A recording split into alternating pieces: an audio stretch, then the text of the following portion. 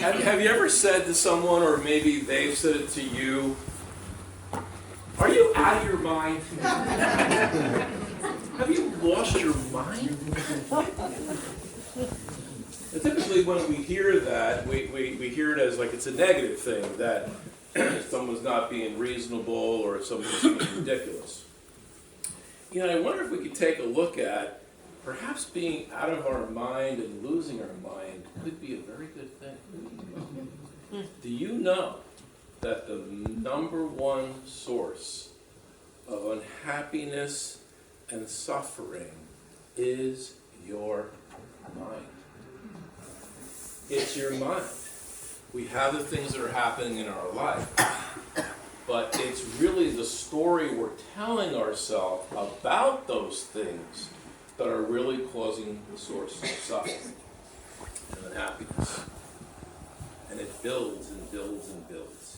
And typically that comes when something's going our way, the mind says, okay, now I'm happy. It's going my way. It's when things don't go our way, that's when the mind is like, I'm not happy now. You're not happy. You have to have things go your way in order to be happy. And it builds and builds and builds. Have you ever freaked out? You have. And when we freaked out, what does that really do for us? Right? I'll give you like a little example. And this is crazy. Normally you never remember your dreams. For some reason I remember this dream. It happened Monday night into Tuesday morning.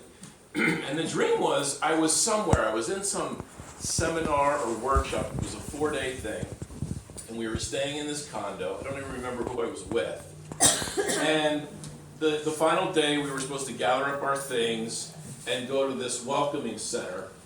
And we were supposed to turn in our keys to the condo, and they were going to go through a couple of closing things. And then we were going to go from there, we were going to go off to some airport or whatever, which was like in 27 minutes. 27 minutes.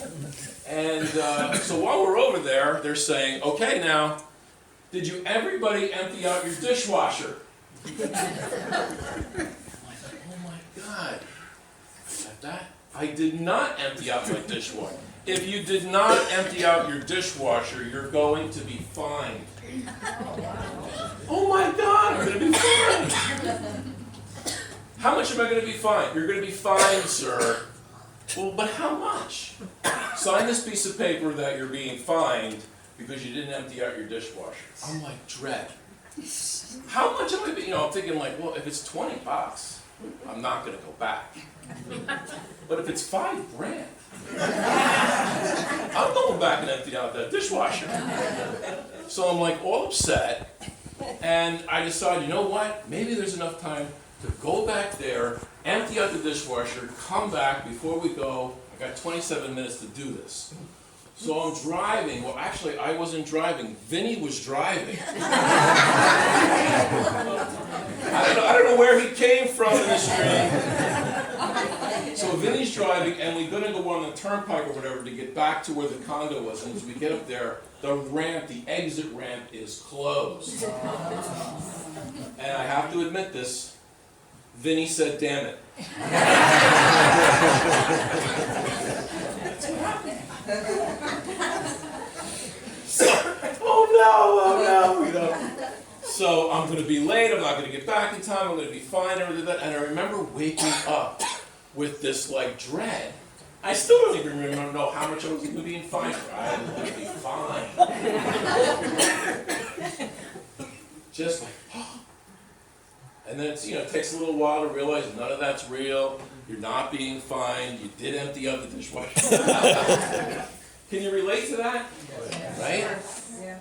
Right? Now, that in a way, we know that in a dream it's not real. Right? We're just making all of that up. But guess what? We do that when we're consciously awake. We're making it up.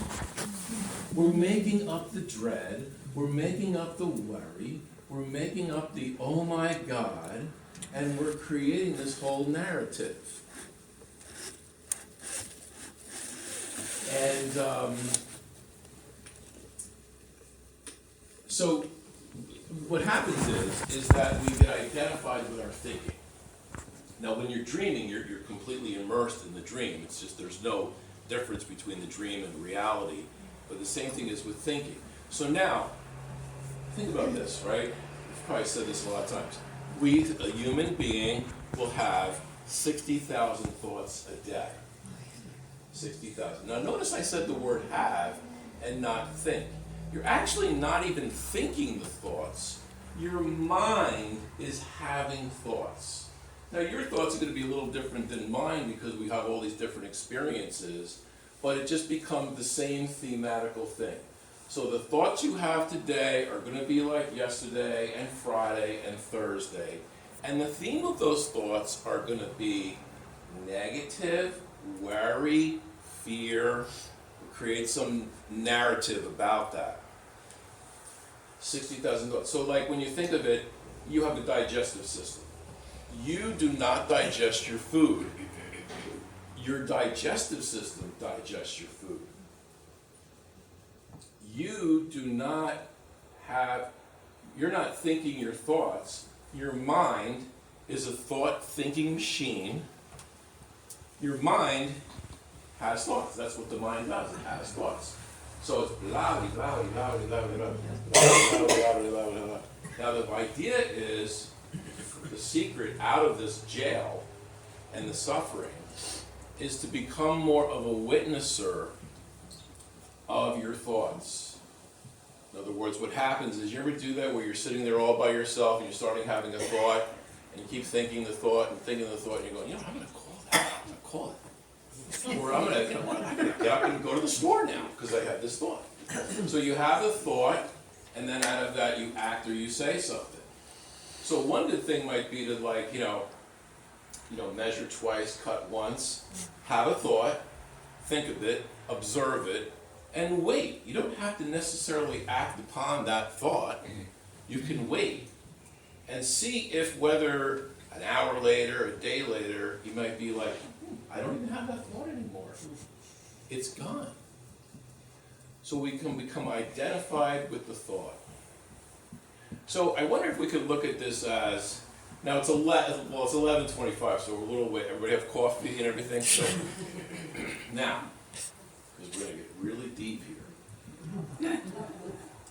Think about who you are. I always say this, right? As marvelous as all of you look, who are you? We are invisible, spiritual consciousness. You're an awareness in your body. I'm standing here and I'm aware of you. I'm noticing you. This awareness is aware of you. Just an awareness.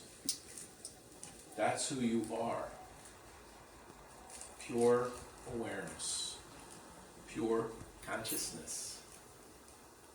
Now, if we think of the sun, you ever go into an airplane? I remember the first time as a kid, right? You're cloudy, and then you go up, up, up, up, and then you go above the clouds, and you're like, whoa, look at the sun. And then it occurs to you, the sun is always there. It never moves. It's always radiating heat, warmth, light. It's always there. And if we think of the sun in terms of this ultimate consciousness, the living God, it's always there. It's always emanating wisdom and intelligence and calm and power. To use the word today about, may you have the glory of God inside of you, and may that develop in your life. This, the glory of God, the power of the living God. It's always there, always radiating, always, and that who you are as pure awareness is you're always aligned with that.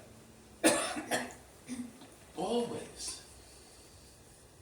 Now, even when you think of let's enter into stillness, actually, you are always still.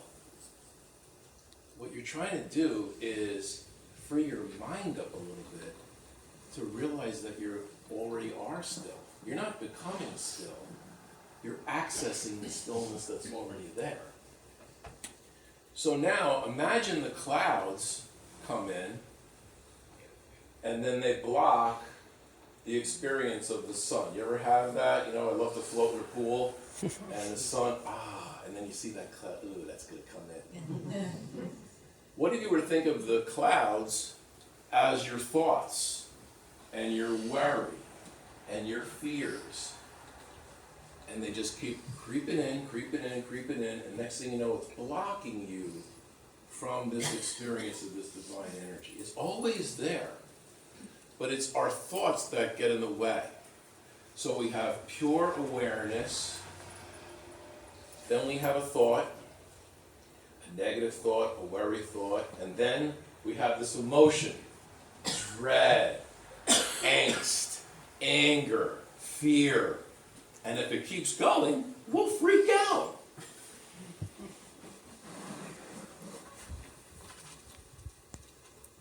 I know I've mentioned this before, there's that floating tank where you're in Epsom salt. So I did that yesterday. Again, this is my second time. And what you're doing is you're floating, so you kind of lose your sense of your body because you're so buoyant from the Epsom salt. And I'm laying there, and I decided to go with silence. No music. You can have music or anything like that. I'm floating there. Now, of course, I'm there, and I'm thinking thoughts. I'm thinking, like, I wonder how long I've been here, how much more time do I have? Okay, let me bring myself back to being quiet and still. And I'm thinking, this was yesterday afternoon, so I'm thinking, okay, what am I going to say in the homily? Hey, maybe I'll use a little bit of this while I'm all going on, right? But what was starting to happen for me, more and more, is I was realizing that I am this awareness floating, and I'm noticing my thoughts. That's the key thing. You are not your thoughts. You're having them. You're not your thoughts. You're not your emotion.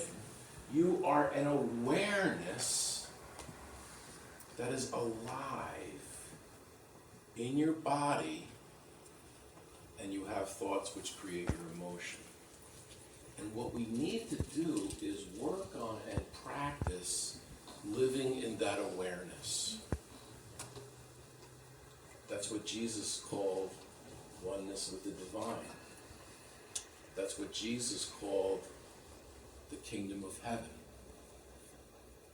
Jesus says, "Blessed are the poor in spirit. The kingdom of heaven is theirs."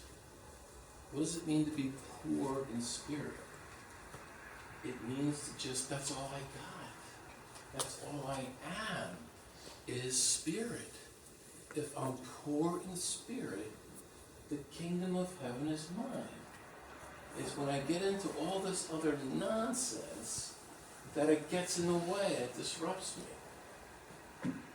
I mean, right now I have a situation where I help this guy out a lot, and he owes me money. He owes me about $40,000, and he pays a little bit, but he doesn't really pay what he's supposed to pay. And I'm thinking, I have to go back to court and everything like that. No, I'm telling you, 5 years ago, I was freaking out over things like this. And I'm saying to myself, I am not going to let anything interrupt my bliss right now of pure being. I want to spend the rest of the Sunday afternoon experiencing being alive, experiencing the sacredness of life, which can only happen in this moment. Like right now, we're all together. To enjoy and be in the sacredness of this moment, the more we can do that, we live in this kingdom of heaven. It's a state of being. And our mind comes in and takes, we're in the state of being, and our mind goes, oh, I'll be with you in a minute. I've got 15 problems to think about. I'm going to go over here. And I leave this. So the idea of it is, notice We're all going to have these thoughts. But the idea is, if the more I can be a noticer, a witnesser of that, that's the ticket out. You know, it's almost like if you have a cat, because cats are they're up at night, right?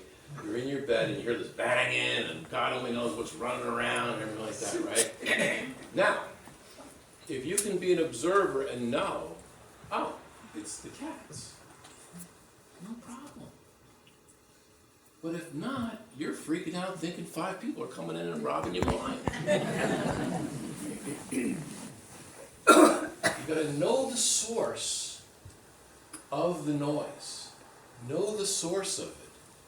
If you could recognize that the thoughts you're having are like really nothing, it's just thoughts, right? They come in and they kind of go, by the way, did you think about that problem? You got a lot to worry about over there. Oh, thanks for reminding me. This is what it does all the time. And we need to be able to do this because God has a dream for us. God knows who we can be, this beauty, this ability to love that is inside each one of us, to be accessed, to give away, to build up the kingdom of heaven. I think with Zacchaeus, you know, you think like, what was good? They say he was small in stature. I don't know, did he have like a Napoleon complex or something? He was little, you know, hey, everybody's better, you know, whatever. He feels inadequate. I know what I'll do. I'll extort money, I'll rip everybody off, and then that'll make me feel better. That will make me feel more. And of course, he's miserable. He's not happy doing all that. He's got all the money in the world, but he's not happy. And he hears about this Jesus coming along. He's like, I gotta find out about this guy. There's something about this guy that I don't have. There's something about his presence and his essence that I want inside of me. He's realizing there's nothing out there that's going to make you happy. You know, I'm going to seek being happy. I got to have this relationship. I got to have this. I got to have that. I got to have these things outside of me to make me happy. Look, there's plenty of people out there who have all of those things, and they're not happy. Because happiness isn't about something external happening or not happening. Happiness is always an internal state of being. And when Zacchaeus encounters Jesus Christ, not only does he encounter Jesus Christ,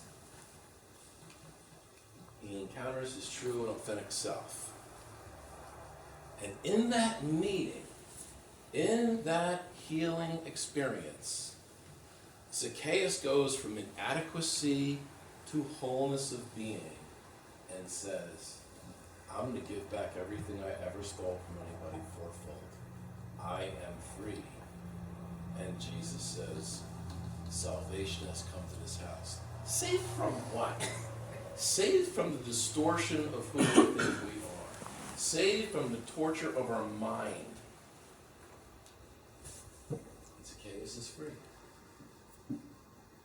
Can you imagine if we could live the rest of our life out of our mind, lose our mind, and just live every day in just pure awareness of life itself? And again, I know there's problems, but when we're living in that state, there's solutions that come to our problems. If we could live out of our mind, we could lose our mind, and the day comes when we're called by the living God to leave our body, and he says, wait, I'm leaving my body now? I'm going into the kingdom of heaven? And that life in the body, that's over now? I'm living my life? I'm out of my mind? All of a sudden we go, wow! That was easy.